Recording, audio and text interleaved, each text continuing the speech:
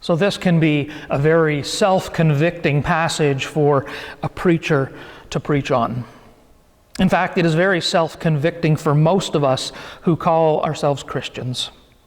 It makes me want to run and hide when Jesus says that those who sit on the Moses seat, those who are leaders and teachers in the faith, I've got 3 big chairs up here. You might want to call the middle one behind me the Moses seat. When Jesus says, do whatever they teach you and follow it, but do not do as they do, for they do not practice what they teach. Ouch. I guess that means you still have to listen to me though, right? I mean, one of the greatest flaws of humanity is our pride. Over time, honorifics and titles of privilege and prestige, they have accumulated for members of the clergy. The Pope is addressed as Very Holy Father or Your Holiness. Cardinals and bishops are often referred to as Your Eminence. Ordinary priests are always addressed as Father. Although the Catholic Church is a fairly obvious and large example of this kind of thing, they hardly have the market cornered. In the Dutch tradition of the Reformed Church, our sister church, for a very long time the pastor was hailed as Domini, which has clear connections to the Latin Dominus or Lord. Some prefer to be called pastors now, but that's still a title, isn't it? Pastor Joe still signifies difference. My own tradition here in the Presbyterian Church, it isn't really any better. My formal title isn't even Reverend Mike Burns, it is the Reverend. The Greek word that we read as hypocrites is actually translated literally as actors. And think about that. What an image for hypocrisy. Acting. I don't often wear a clergy collar or my formal robes because I think that they set me too much apart. But I do wear them at funerals, at weddings, at baptisms, at communion, because they serve to remind me and everyone else that these are special and important moments. It's kind of like us dressing up in our Sunday best. And putting on a collar or a robe reminds me that in some ways I am just acting. I'm acting in good faith, and I'm acting on behalf of God. But I'm still just acting, and I need to remember that. When we act out a role, as a minister, for example, when we do the things that a minister is supposed to do, it isn't a stretch to start believing that we are everything that we are acting. When we start to take pride in what we do, and when we start to believe that, somehow we become just next to God. We know the stories, right, about the disciples arguing about who was the most important.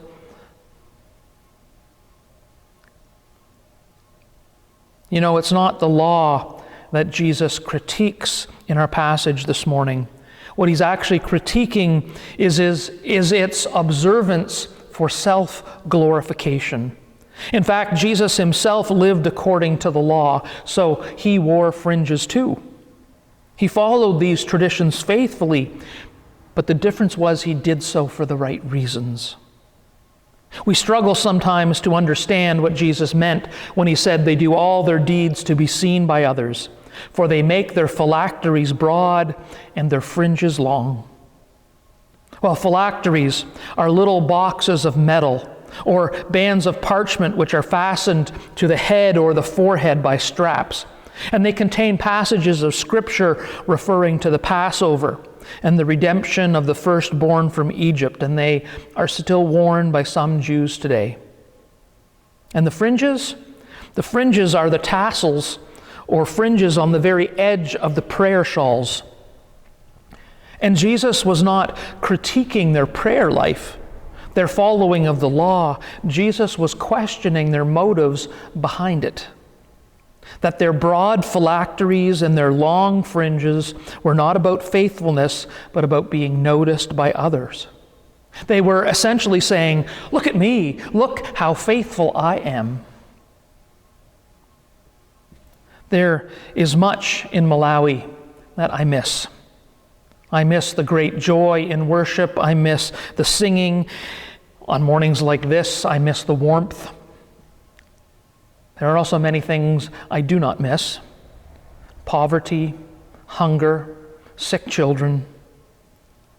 And I also don't miss the prevalent culture amongst many of their ministers. When I was in Malawi, there were 1.6 million Presbyterians in the Blantyre Synod and only 200 ministers. As you might imagine, the ministers were worked pretty hard serving that many church members, and they were greatly respected for all of the weddings and funerals and baptisms and communions that they officiated for the people. But much of their behavior is captured here in verses 6 and 7 from today's reading in Matthew. They love to have the place of honor at banquets and the best seats in the synagogues, and to be greeted with respect in the marketplaces, and to have people call them rabbi. Many Malawian ministers demanded respect and became quite angry when they felt they weren't being shown the proper respect. At church-related meals, the minister was always served first, and no one would eat until the minister had arrived and started. A minister could be an hour late, and the meal would not start until he arrived. When I arrived at my church in Malawi on Sunday mornings, the church beadle, the kind of catch-all term for the person at the church in my church in Malawi at St. James that would do all of the little details. So the church beadle would almost be watching for me in the morning, and as soon as he saw me drive in, he would literally run out to meet me in the parking lot, and he would take my bag.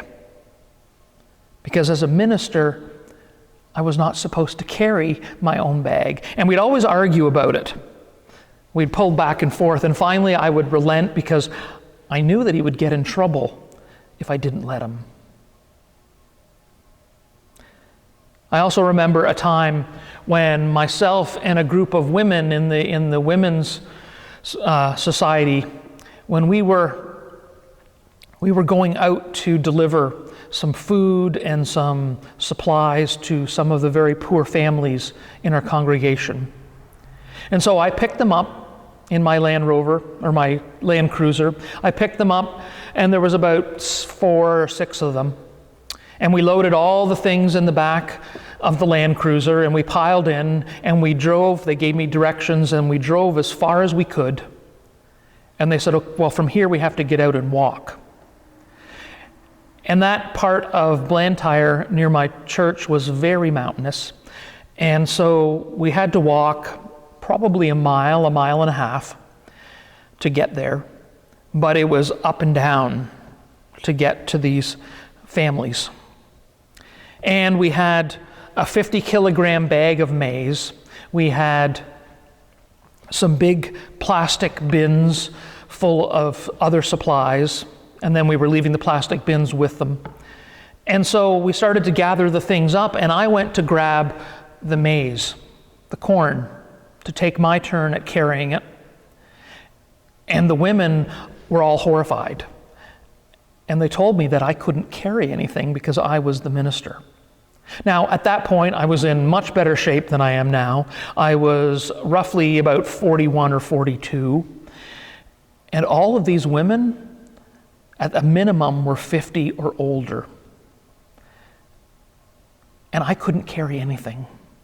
And so on the walk there, I complained the whole way to them, "Let me carry that, let me carry that. Let's stop and rest, let me carry that." And finally, one of them relented and saying, "Here, you can carry this. But if we come across anyone, you have to immediately put it down and I'll pick it up because I'll get in trouble if they see us letting you carry something."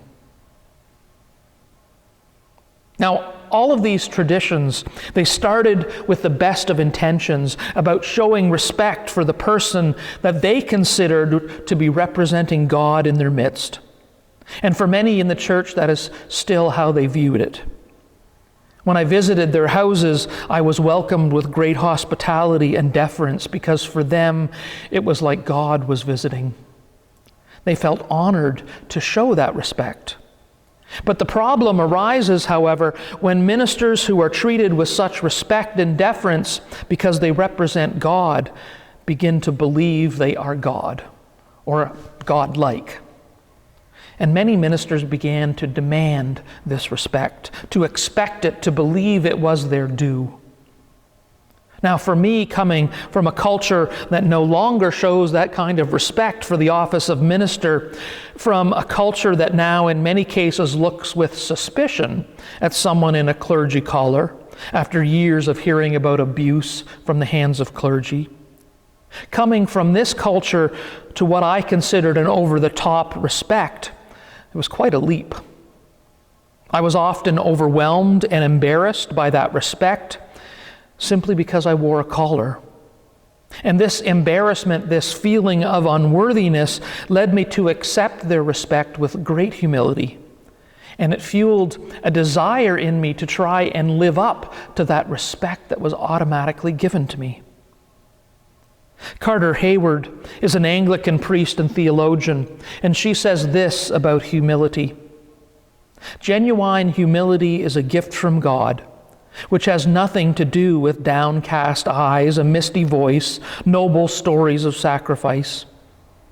Humility is, rather, living courageously in a spirit of radical connectedness with others, which enables us to see ourselves as God sees us. Sisters and brothers, each as deeply valued and worthy of respect as every other. Jesus was able to see each person as deeply valued and worthy of respect because he had a strong sense of his place in the larger scheme of things in God's world. It was only then that Jesus knew who and whose he was. One of the great leadership mantras or slogans is lead by example. I entitled this sermon this morning, By Example, and I omitted the word lead.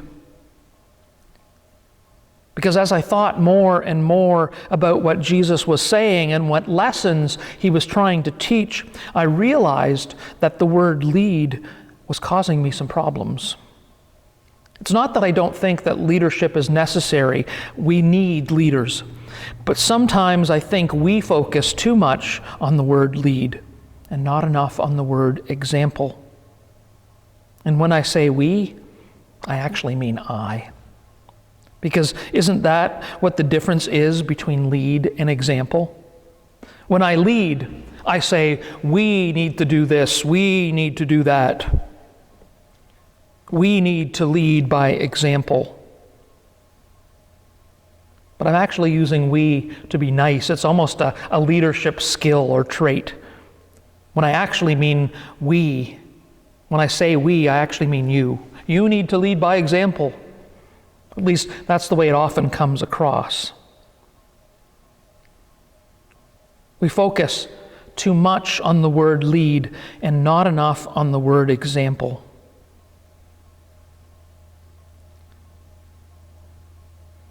If I truly want to lead by example, then I should be saying, I focus too much on the word lead and not enough on the word example.